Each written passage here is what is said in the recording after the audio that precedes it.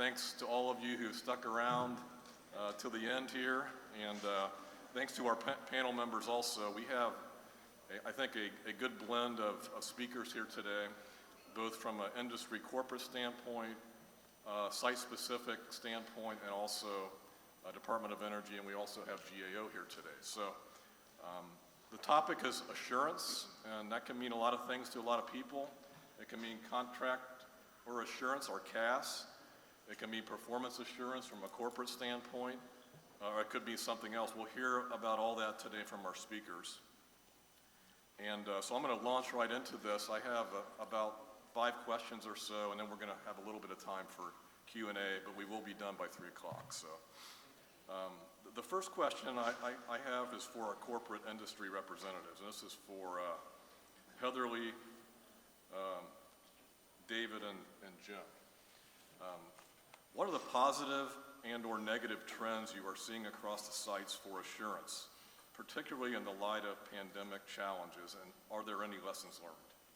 And David, I'll start with you. Yeah, appreciate it.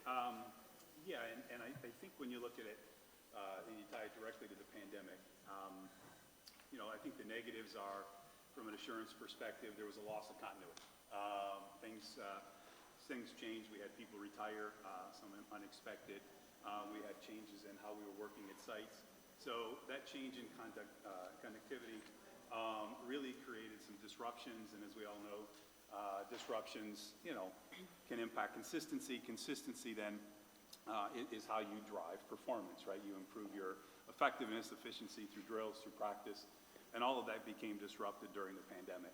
I tend to be a little bit of an optimist. I think there's some positives that came out of that because we were forced to have some disruptive activities and behaviors. It forced us to change, right? It forced us to do some things differently, to look at things differently. And I'll use a specific example and how it kind of plays on both sides. Last week I happened to be out at our Paducah site, and they were doing their emergency management drill. And I got an opportunity to put on the white vest and be an observer as they went through that. And it was the first full drill they had since before the pandemic. And several people were telling me, and almost apologetically, hey, we have a lot of new people. There's a new incident commander here. We've got new people leading different programs. And I said, that's great, right? Because we've talked a lot over the last couple of days about the workforce and the need for succession and change. It really forced that to happen. And if we can look at this from a perspective of, yes, we've got new people on site, they're going to have new responsibilities, make sure we take a little bit of extra time to get that training in, to make sure that they're appropriately trained, get back into that cadence with them.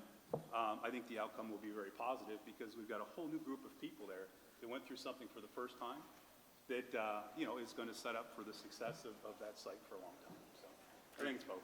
Thank you. Heatherly.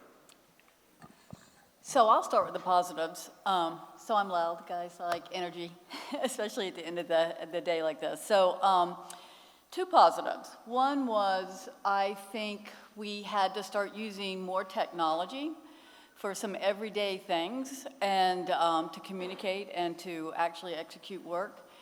And because of that, I think it's kind of opened up the sites to expand that technology. And I think we've got a question coming up that's going to expand on that some more.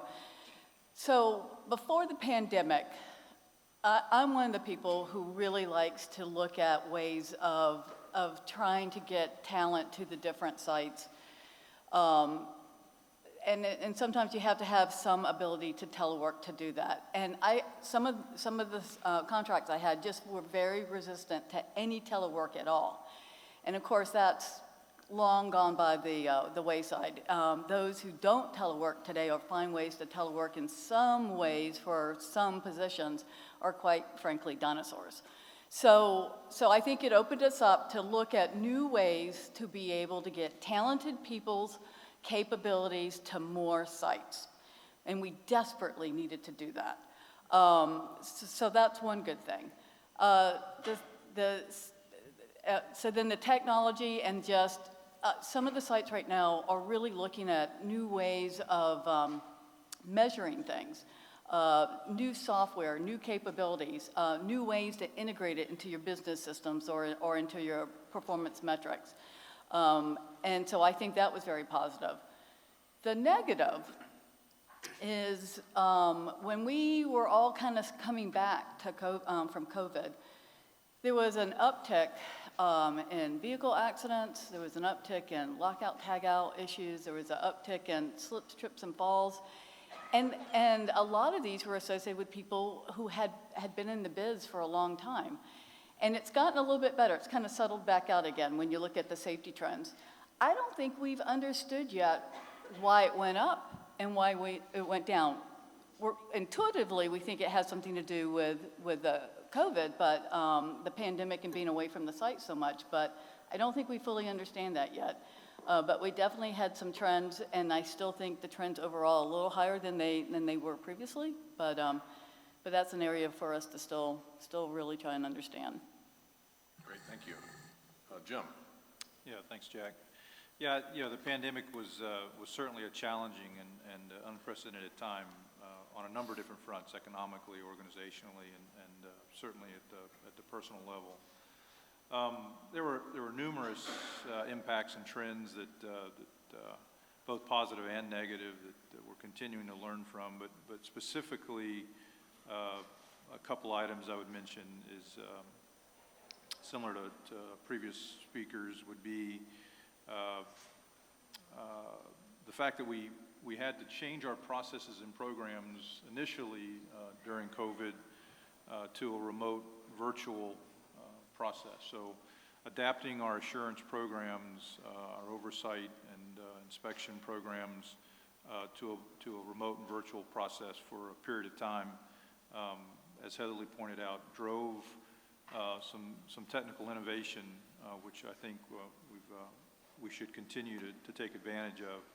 The personnel turnover and retention obviously was also a significant issue that has come about as a result of COVID, and it's manifested itself in a number of different ways. But the knowledge transfer and the experience replacement for that new staff, and then finally, I think the other significant lesson or opportunity for us to improve that's come out of COVID has been the impacts on the supply chain and the impacts that the supply chain has had on mission performance and contractor assurance and performance assurance. And that, again, that spans a pretty broad enterprise: staffing, businesses, materials, shipping, and it's an area where I think all of us are still learning some pretty valuable lessons. We're having to change our programs from catalog buying and just-in-time ordering to longer-term planning and trying to find ways to leverage the buying power that exists across the broader enterprise. So I think those are some of the trends that have come out of or resulted from COVID, and like I said, I think there's a number of positives that can come out of that in terms of how we've responded to those and how we're mitigating those trends. Great, thank you, Jim. This question is for both Day and Amanda. So this, from your standpoint, what does a successful assurance system or approach look like? And both for DOE and GAO, do you have any specific expectations when it comes to a successful system? Amanda, you want to go first? Yeah, sure. I'll keep it simple. From our perspective, success is when all significant issues, to include technical issues, procedural issues, administrative issues, when all significant issues are able to be identified because there's a robust contractor assurance system. And once they're identified, they're corrected so they don't recur. Now, to expand on that a little bit, I think DOE policies, particularly Order 226.1, they do provide a roadmap for oversight of the design and implementation of contractor assurance systems. But also in GEO's prior work, we've identified several best practices. Just to name a few, this includes things like having external assessments and, yes, audits to verify the effectiveness of contractor assurance systems, documenting and leveraging lessons learned, having an issues management system, and having a risk management system. Great, thanks. Day? Yeah, certainly would agree with what Amanda just noted. one of the reasons that I sort of asked for this particular discussions to occur at this workshop about a month or 2 months back when we met with FCOG leadership on our partnering sessions, where we were talking about a bunch of issues, but just prior to pandemic hit us, some of us had initiated joint peer review where DOE headquarters and contractor corporate executives would work together and visit our sites to provide essentially a good peer review, looking at certainly the very important elements of the CAS, but we went beyond just CAS and looked at overall performance assurance program, if you will, including how the corporate entities were engaged in terms of site activities and their ability to understand what was going on and being able to, therefore, more quickly help address the issue resolution as well as prevention of potential issues. So the few things I learned from the private sector is that things happen, right? Whether you're in the government sector or private sector, whether you're running a large or small projects or major programs like EM, there's going to be always some issues or some unexpected events or delays due to supply chain issues or whatever the issues are. You're going to have issues. But what I have noticed is that in the private sector, time from discovery to resolution is a lot shorter. And we got to do a better job, in my opinion, whether through it's a CAS system or performance assurance system, to reduce that lag time or dead time so that we can more quickly resolve the issues and get on with our business in terms of cleanup. So we kind of did that. I think we visited 3 different sites in terms of looking for that dynamic, looking for that management attention, not just creating a whole bunch of paperwork to be able to meet the requirements, but how effectively they were using both the performance assurance as well as the CAS system to not only identify but resolve the identified issues in a much more timely and expeditious manner with the help from the corporate reach-back capabilities when needed, right? So I'd be interested in hearing from our colleagues from the industry in terms of that aspect as well. So we have a Right. question on that later, so hold that thought. So this next question is for Stuart and Sandra. It's more of a site-specific question. Could you provide us some examples of either new additions to your assurance system to address where your system previously missed a trend or missed an issue, or to better address trends in the industry? Stuart. Let me go first? Okay. So I'll use a really simple one. So I have a roll-up of metrics that get to me every month in my team, and we review them. Same thing everybody else uses, a color coding system. What we found unique about that was stuff was always coming out the same color. So a couple different things. One is, when you start seeing the same color month after month, you need to think about, probably need to change the target or the goal or move on to something different to measure. And the second thing is, no business as large as some of our businesses are going to be the same all the way across the board. So you might be really good in fire protection in that system, but you're not in that facility, but you're not good in fire protection over there. So we did what we called halo effects for our metrics, so that when the metrics show up, it can be a solid green or it can be a green with a yellow or a red halo around it. And if you've got that, you know that there's a problem down in one facility that's being masked by all the other facilities. So you take away some of the summarization, equalization. You can actually see some of the detail of that. And that was the result of we were missing out on some plants that were always covered up by others. So you had somebody that was in the red, and never got any better, but they were always covered up, and so you looked at the metric and it was green. So that proved to be very beneficial for us, so we can target that. What's really been interesting as a result of that is now that we're targeting the yellow and red facilities, they're all coming up to green status, and we're moving on to new metrics or new targets depending on the situation. Is kind of a simple example, but it was really powerful for us to be able to see that and be able to react to it. Great. So I'll throw it over to Sandra. Sandra? So mitigating risk is number one in your CAS, and so understanding trends is essential to mitigating risk. So what we're doing at UCOR is we're really placing more focus on our trend analysis. And it starts first with our initial screening, what we call our initial screening team, which is held every week with any new issue that's identified by our workers or anyone. And before we have those meetings, my CAS team is looking at those issues. And we're going through all of our past trends and looking at that before those meetings to see if we can identify anything new. So we're putting much more emphasis on past trends. Also, everybody calls this different at every site, but we call our Issues Corrections Action Review Board. We're setting aside more time to actually look at our what trends that the CAS team is tracking, because we realize how important these trends are so that we don't miss anything. And then third, we've recently come up with some new reporting to where we're redefining and dissecting and cross-examining issues across multiple discipline, functional areas, and metrics. These trends are very telling on what areas we need to go look at it in order to mitigate our risk. Thanks, Jack. Thank you. Now to get back to Dave's question here. So this is for our corporate representatives on the panel.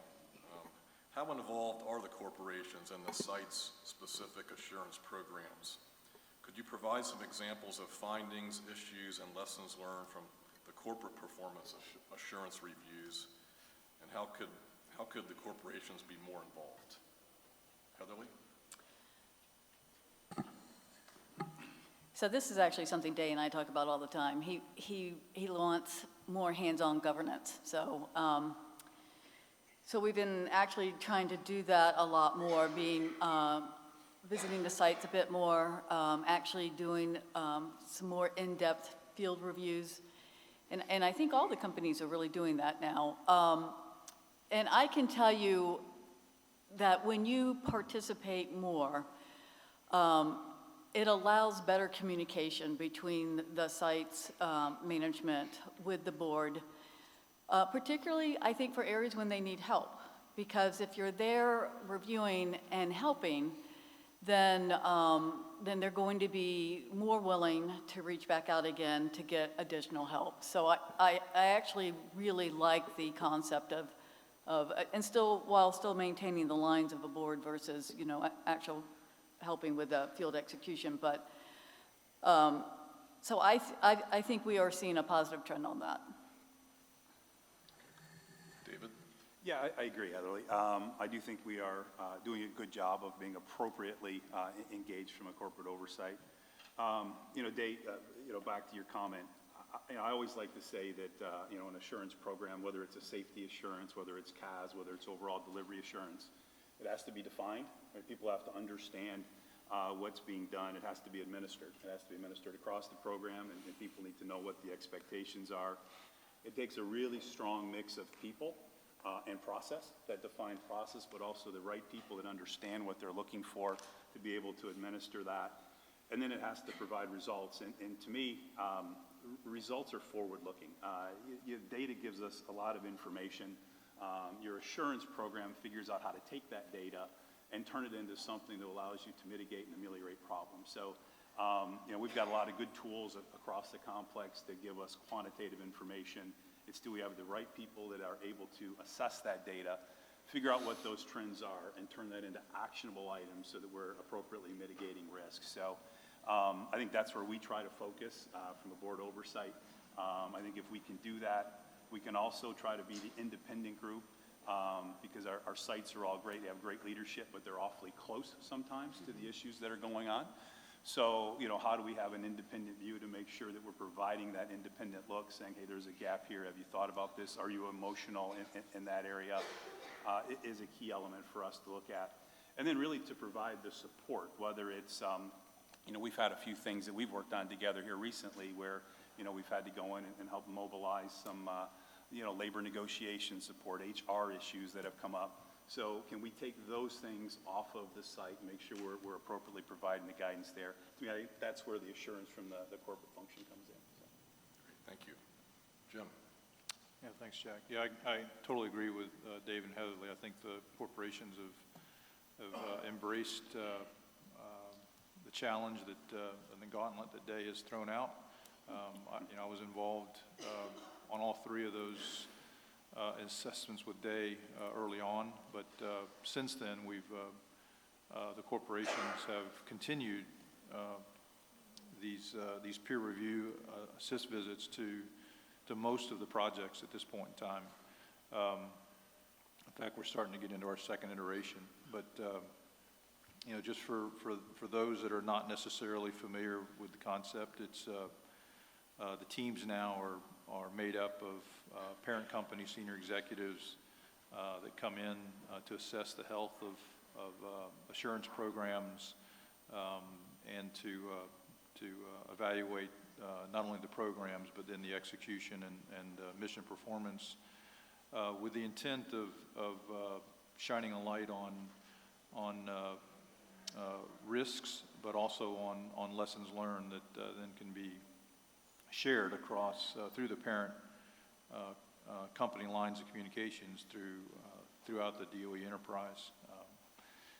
Some examples of some of the things that these assist visits have identified, and these, I don't want to, I'm not going to take credit that these were solely identified by the assist teams. Many of these were actually identified by the sites through their assurance programs as well. But we mentioned supply chain management earlier. We mentioned COVID, so the health and status and execution of continuity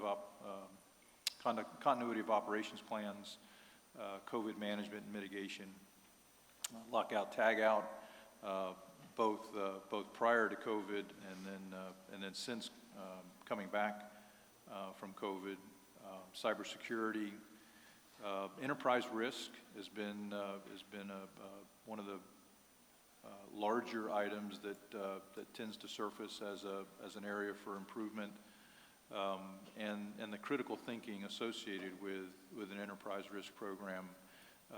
And what I'm getting at from that perspective is, there's a lot of, we just heard it from the last panel, a lot of different organizations that have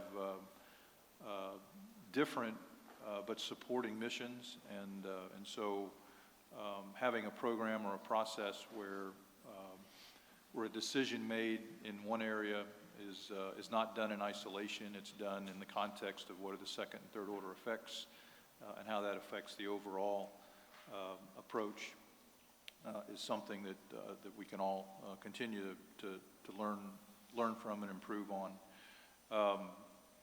Shifting, more recently, shifting the focus or the effort away from cooperative auditing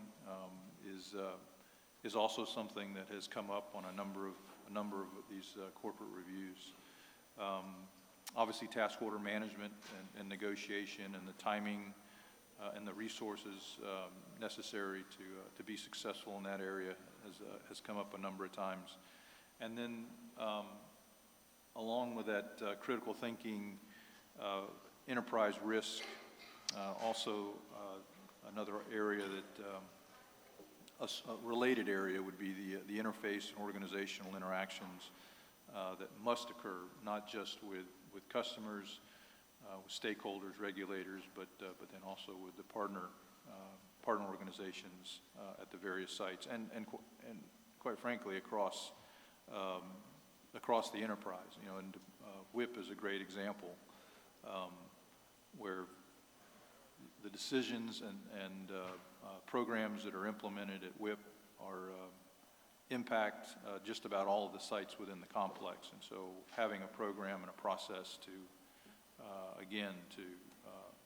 consolidate that decision making and ensure that everybody is on the same sheet is extremely important in the going forward.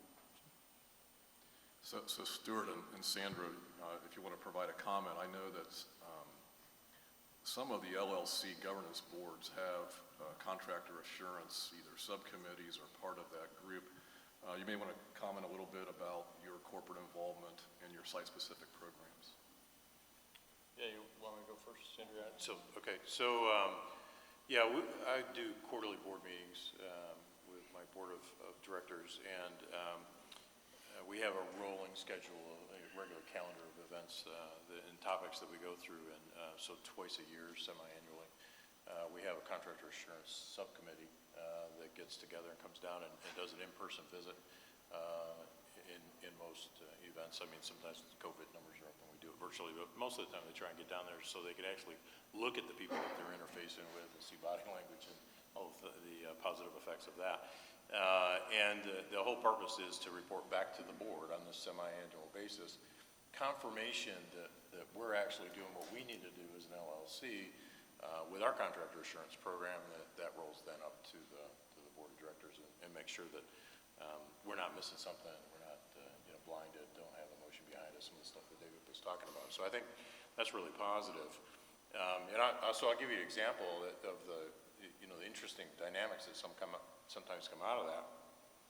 Sometimes, they come down and go, you got a really great program, keep going. And then sometimes they'll turn around to the board and say, yeah, but they really ought to take an action in this particular area because they haven't seen it yet or they haven't thought about it. And so 6 months ago, the subcommittee came down and said that we weren't processing our issue reviews following on to corrective actions in a timely enough fashion to then be getting in front of the next potential event, that the corrective actions, the root cause analysis or causal analysis, and then the subsequent corrective actions, while they were being performed, really in a good, deliberate manner, weren't being done fast enough. And so we've taken action to get more people involved and have a timeout so that we can get through that process quicker. So that kind of feedback to us that you're just taking too long was pretty important to us, and we made some changes to that. So just an example of where that kind of feedback was really important to us. So we just finished, just got our report from EA 32, which we're proud to say we had 0 findings, just have to throw that in. Very proud of our team. But that we had a board meeting on Wednesday, and of course we spent a lot of time on that report. Our board is very involved on that report. They want to understand that report and make sure our project's on track. And of course, we're a learning organization, and as a learning organization, we want that feedback from EA 32 on how we can improve. And also, we use our parent organization and our subs and on some of our assessments. As we have assessments in our independent assessment, we want to bring in the experts from our parent corporations to be on these assessments because it's important to get a different set of eyes, because when you see something every day, it's easy to miss something. So we have so many experts in our parent companies and in our subs, our subs. We want to bring those folks in. We want to get an independent review, an independent assessment of what we're doing, and to make sure that we continue to be a learning organization and we're not missing something. So they're very resourceful. It's very important. If we ever have an event, which we strive not to, it's instrumental to have that parent support there to bring them in quickly to help us identify and make sure we're on the right path for any corrective actions that are necessary. Thank you. Great, thank you. This question is for Day and Amanda. So how does DOE and or GAO measure contractor performance assurance programs? Are they part of any annual award fee processes, CPARS processes, or any other feedback formally that the department gets from GAO? So I'll start with Day here. Well, obviously, our field office provides oversight of all of the activities that our contractors are performing, including how they self-assure in terms of meeting the CAS requirements as well as other delivery requirements, if we will, from a project performance standpoint. from a corporate level, we make sure that this aspect of performance element is part of our PEMP criteria, usually in the subjective area of our PEMP. Some sites I noticed very recently, like Idaho, where they wanted to further emphasize the importance or significance of cyber, they've added additional weight, if you will, in terms of meeting that particular emphasis. So in general, it's covered. Whether or not it's covered adequately to drive certain changes, I'm not quite sure. That's something we're still trying to learn and monitor. But we do have a flexibility in terms of change the weighting factors on different performance elements so that we can focus on the areas that the contractors are perhaps struggling more compared to other areas. So that's one mechanism.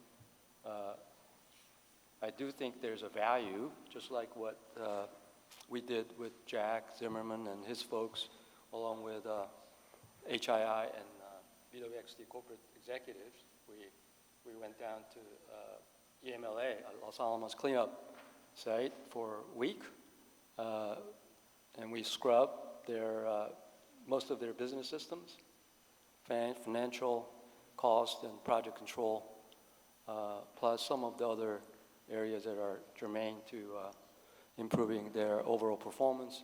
I think process like that, I think would add value in terms of not just recognizing where things are at the site level, but again, making sure that they have the right resources, they have the right focal areas to really hone in so that next time, whether the same thing goes back or the site team self-assess the improvements, it becomes that much easier in terms of identifying whether or not they have really seen the progress or improvements. So we're trying to think about doing more of that without necessarily burdening site resources. So you may see that time to time in terms of having that collaborative headquarters, corporate leadership, as well as the contractor leadership, going out to certain sites and looking at certain parts of the overall performance assurance system. Good. Anything to add, Amanda? Yeah, so I'll answer this question from maybe a larger perspective. As many of you may know, the Department of Energy's contract and project management is on GAO's high-risk list. Both EM and NNSA have been on the list since 1990. That high-risk list is a list of federal programs and operations that are vulnerable to waste, fraud, abuse, mismanagement, or maybe in need of transformation. So our high-risk list has 5 key criteria for removal from the list. That includes leadership commitment, capacity, monitoring, having an action plan, and demonstrating progress. And so GAO looks at contract and project management through the lens of those 5 key criteria.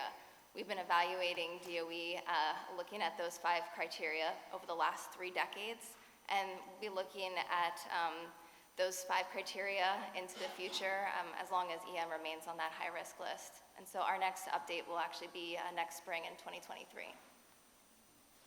Great, thank you. So the last question for the panel, formal question, is do you have any suggestions for EM, both either site or at the corporate level, or from the corporate level, to consider on improving the effectiveness of contractor performance assurance? And I'll just start with Sandra and give everybody an opportunity.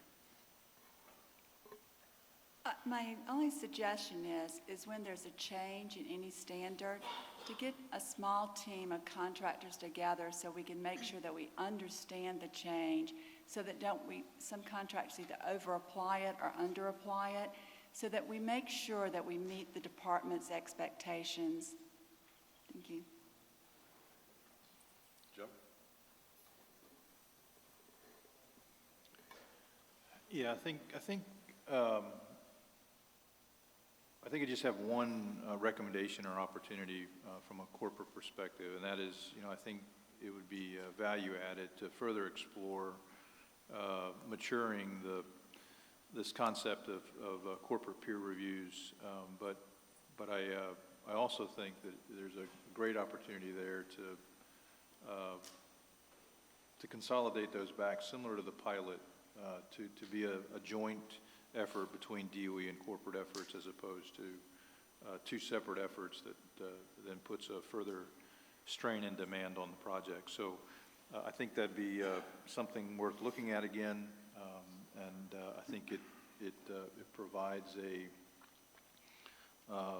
a broader avenue for sharing of lessons, both good and bad, across the broader enterprise. So I'll give you a couple things. One's a little bit of a history for Savannah River that we've been working with Mike and his team on over the last couple of years. Is we've steadily moved from measuring in our performance evaluation measurement plan, PEMP, for the year. We started with, let's get a good program in place, and then let's fine-tune that program every year with a new set of measures and metrics that drives the program performance in a direction that's positive. So you started at a really broad program area. I can tell you last year we looked at 5 specific metrics and wanted to improve where we stood. Now we'll get measured every year against whether we maintain those, but we then cascade that to 23. There's a whole new set of metrics that we're going to be looking at that are much more performance-based. So in the past, it's been about program and process. It's now moved into very specific improvement initiatives that we recognize we need to take as a contractor, and the department wants to hold us accountable to make sure that we actually make the progress we're looking for. So I think, I think that's a really good model to just keep tightening the belt on where you're at with contractor assurance to maintain performance. So that'd be the first thing. The second thing is, I think we all could use some good grounding when it comes to teleworking. What's going to be an acceptable level of documentation, of timekeeping? I think it's a real risk for all of the contractors. It's big money when you're looking at it and you're thinking about the amount of people that are teleworking and the amount of time that they're teleworking. Proving to the government that you're actually getting that full value of time for the government, and you don't have waste and fraud and abuse within those numbers, I think is going to be really important. The proving it is the hard part, figuring out what level of documentation is going to be satisfactory. And I think that's the next big move for the business system side of the assurance programs, to make sure that we're all in lock sync with being able to meet GAO, NIG's criteria for how we're going to get audited, and make sure that we're providing good service to the government. Yeah, I've heard that concern from a number of sites, specifically about telework. Amanda, things? Yeah, I think from the GAO perspective, the high-risk list and those 5 criteria, they provide a solid roadmap for EM to continue to work on. In our last high-risk update in 2021, EM had partially met all 5 criteria.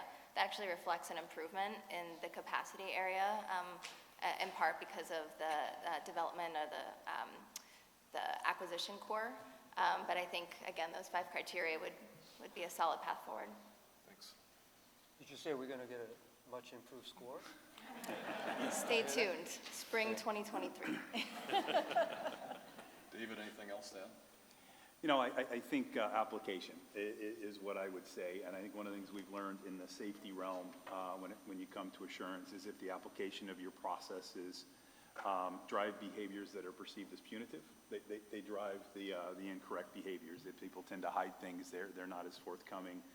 So whether it's parent companies with sites, whether it's clients working with the DOE, how do we apply the processes in an effort to say, hey, this is all about us finding issues and resolving them to meet a common mission and goal. And I think that drives the outcome that we're looking for. And it's a fine line because we want to make sure we're being very thorough and holding people to standards. But the way that we apply that, I think, is very critical. Heatherly? Yeah, so I have a couple of issues, items that I think we should be looking at. One, I completely agree with Stuart on the teleworking, but I would say we need it at the sites as well. There's nothing more disruptive to the mission than an IG or a Department of Justice investigation. So We should be more proactive on the technology that is out there so that you do know your people are working where they're supposed to be. And not just from a gotcha standpoint, but from a workflow improvement. Because work gets disrupted all the time. And if you have the technology in place and the automatic evaluation that it does, you can then start digging in on why work is being disrupted in a very easy way to maybe where your tool cribs need to be moved or things of that nature. So, and then even from an emergency management standpoint, if you have better accountability because you really know where people are because you have that technology, when there's an emergency, you know exactly where to go help somebody. And I think that's, an ethical, moral obligation. So the technology's there, and we just haven't fully implemented it, and we just should be. So the second thing I would say, there's been a big topic this week about workforce. And I know we're all trending, our attrition and turnover and things of that nature, but we really do need to have excellent metrics on how long it takes to bring somebody in, make that offer, bring them in, and then really be evaluating why they're leaving. And to the point, I do think it should be in CAS because it really is sounding like it's a threat to performance, which we have to have, and understanding those critical resources. So I can tell you, I've looked at a lot of CASs recently, and the board gets a lot of data on it, but I don't think we're putting that type of scrutiny on it. So that'd be another area. And I guess I'll stop there because I'm taking too much time. Okay, Day, anything else to add before we take a few questions? Oh, no. No, thank you. good. All right, do we have any questions? I can't see. They're tired, I guess That's the right. question is, are we done, right? Yeah. Okay, I think we are finished. Thanks for your attention today. Thank the panel members. Thank you, everybody.